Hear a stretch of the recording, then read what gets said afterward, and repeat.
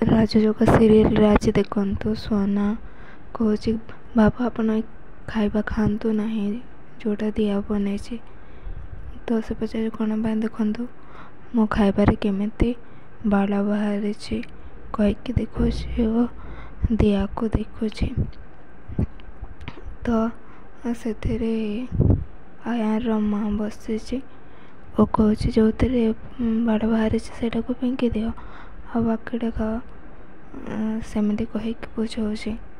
ତ ବୁଝେଇଲା ପରେ ସୋନା କହୁଛି ନାଇଁ ନାଇଁ ସେମିତି ହେଇପାରିବନି, ଏଇ ଖାଦ୍ୟ ଆମେ ଖାଇବୁନି।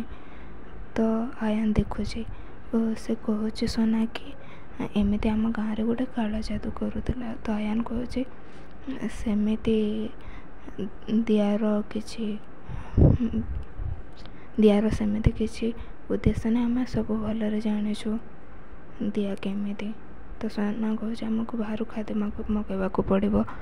ତ ଆୟାନ କହୁଛି ବାହାରୁ ମଗାଇବାର କିଛି ଦରକାର ନାହିଁ, ପୁଣି ନୂଆ ଆରମ୍ଭରେ ସବୁ ହେବ।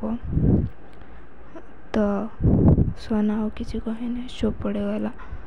ତାପରେ ଆୟାନ ଦିଆକୁ କହୁଛି ଚାଲ ଖାଇବାଟା ପୁଣି ନୂଆରେ ତିଆରି କରିବା, ପୁଣି ସବୁ ଠିକ୍ ହେଇଯିବ, ତୁମେ ଟେନସନ୍ ନିଅନି।